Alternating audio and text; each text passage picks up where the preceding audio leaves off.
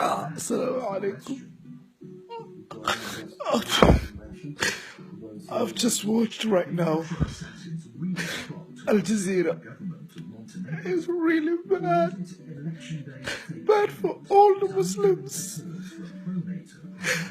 Bad for Syria. Bad for Iraq. Bad for Sudan. Bad for Somalia. There's no food. Drought, no water. Children are suffering. God help us, please. If you can, please, God help us. This is unacceptable. Unacceptable.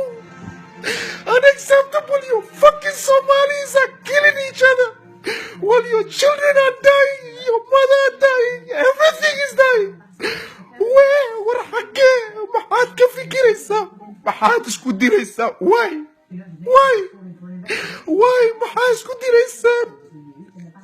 Motion, whatever you call whatever. What Ilaahay ka cabsada. Wadankiina u shaqaysta Muslims. Islam, where? What happened? Please, help yourself. Help yourself. I'm begging you, help yourself, please.